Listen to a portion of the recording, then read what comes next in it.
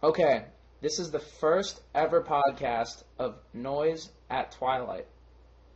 I'm here with my friend Chris here. My name is Blaise. Hello. We're going to talk about, is democracy obsolete?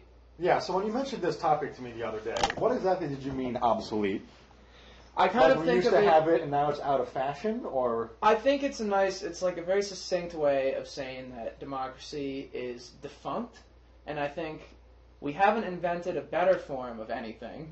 So we've Better just form kind of any form, I'm assuming you of mean government, form of government, a form of government. So we're just kind of left with this outdated model where there's so much propaganda, people don't pay attention to anything, and so they're voting on this very, very ancient, it's antique. It's an antique model of government that really was never actually functioning that well in the first place. Right, and I mean, just to be clear, we're not talking about like ancient or antiquated in the sense of like some of its peculiarities, like, you know, the Electoral College or whatever. We mean the system writ large has just stopped. We can no longer pretend that it's capable of fulfilling the functions that were ascribed to it when we came up with it, you know? I'm thinking Windows 95. Right, so pretty bad, right? Like pretty bad, really useless. slow. Right.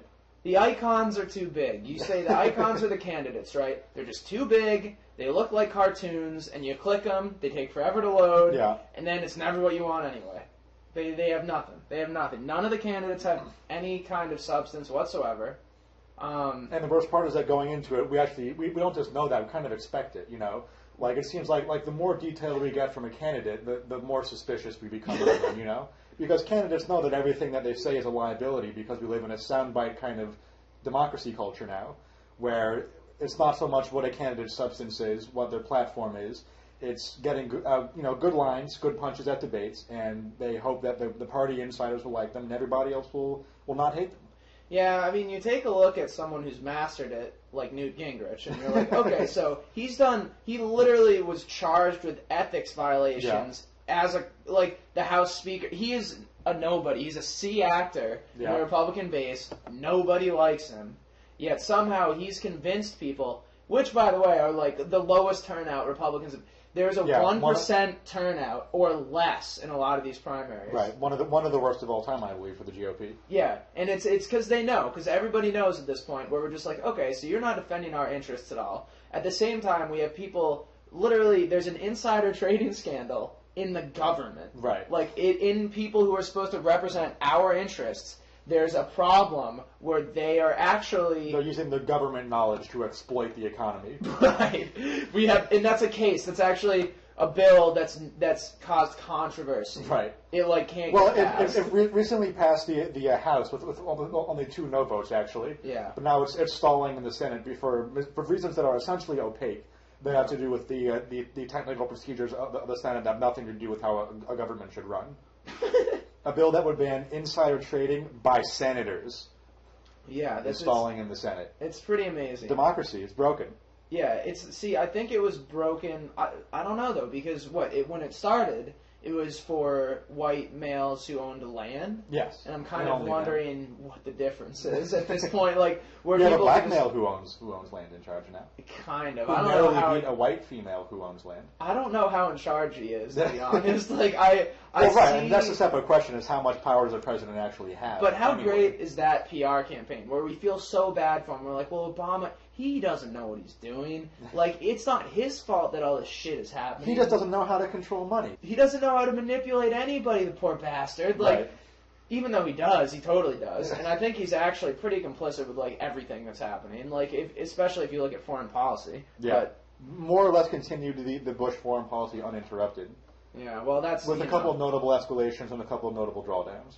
Yeah, the Patriot Act thing kind of freaks me out a little bit. Yeah, seriously. Why is that thing still around? How is it... See, that's one thing that I think is remarkable, is that it seems like...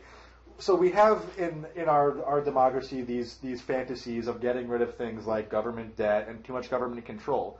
But the most expensive, government-expanding, unpopular programs in our history are still going on in very good force. The Patriot Act, No Child Left Behind, the Bush tax cuts, and the occupation of Afghanistan and Iraq, which are being drawn down.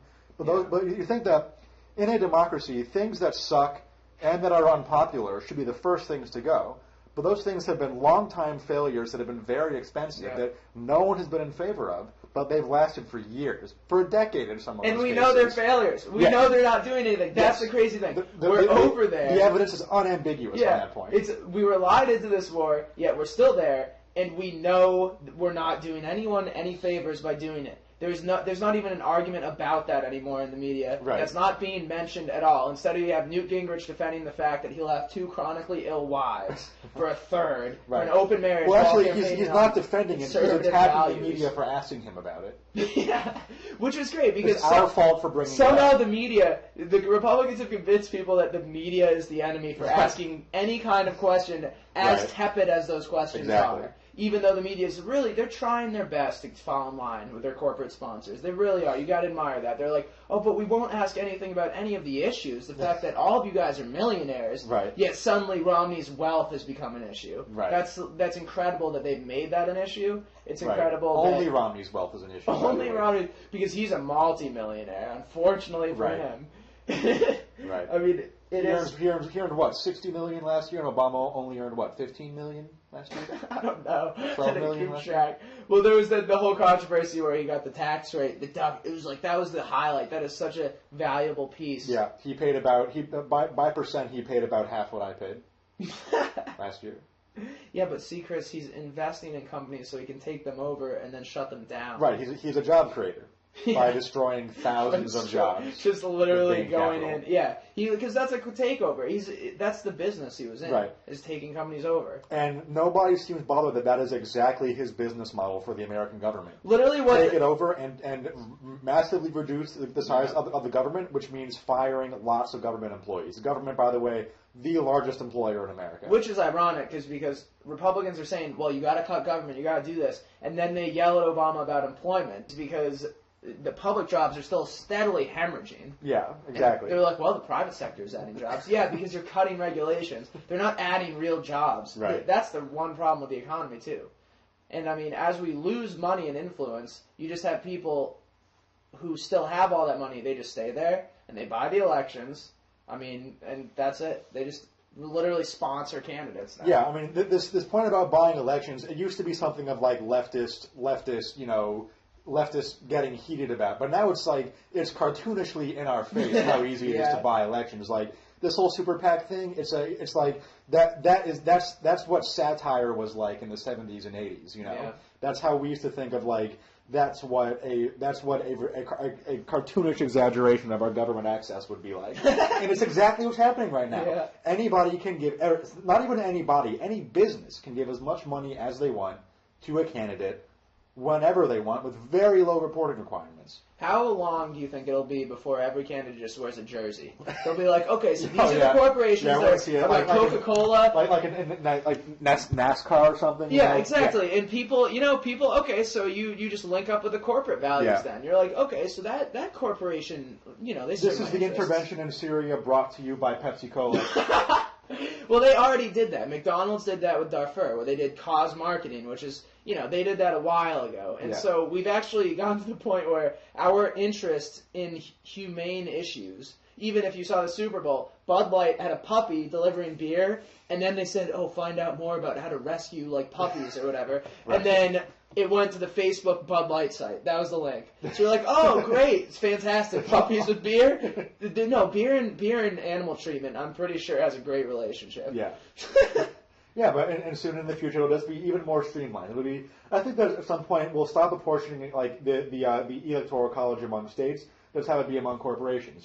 Yeah. Like Apple will get California's share, Microsoft will get Texas's share, and they can just pick the presidents. But see, we might as well just call it, if we were the corporate states of America, I mean, it's, okay, we might as well just fess up. Democracy, all right, we tried it, or we tried to try it at least. Right. It didn't work.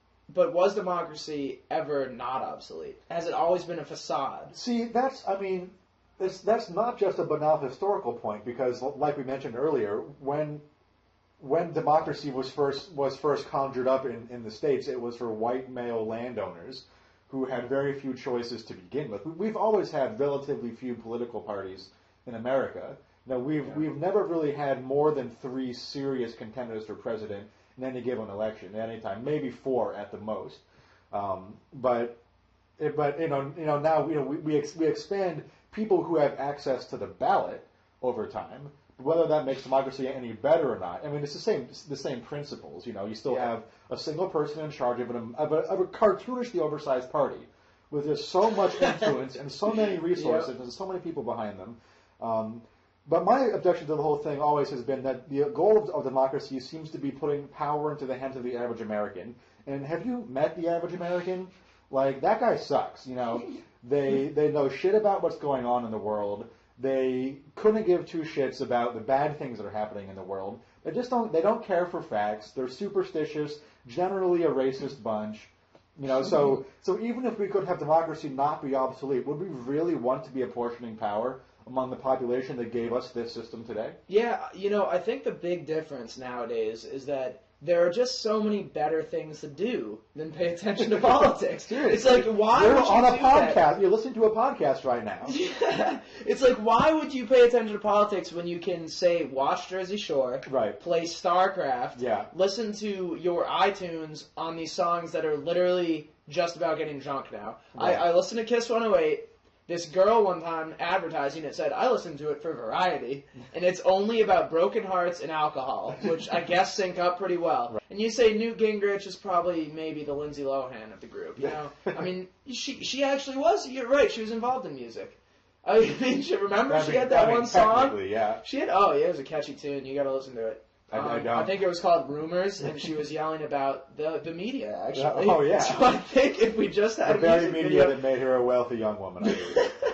Wealthy and happy, because, and she created a lot of jobs. She's got millions of dollars. Lindsay Lohan is a job creator. She made so many jobs for photographers trying to take pictures of her. Right. Well, they're the product. It's the product. And it's the same with candidates now. Right. They're the product of their corporate sponsors, and they have to cater to those values. And that's exactly what we see in these primaries, and that's what we see in democracy nowadays. It's going to be even better this fall because this is the first election where super PACs have really been in full swing. It's amazing. We've already seen a 1,300% jump in campaign spending. Obama's supposed to raise $1 billion or whatever. We're going to see the first $1 billion election this year.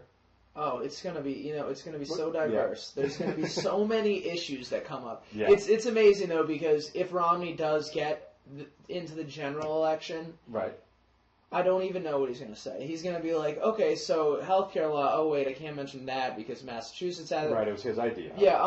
That healthcare law which required institutions who have people of different religions to cover birth control, right? Oh, wait, I did that too. All right, so what else do we got, Romney? Barack's a socialist. America should be better. I can make America better. Because I'm a businessman. I have business experience putting people out of work or outsourcing. I've been very successful at destroying businesses. So because I've been successful, I should be president. It's so poetic. Isn't it so poetic that we have, as the front runner of this race, someone who was actually the definition of the financial crisis. Yes. Like he's one of those people, yet he's the front runner.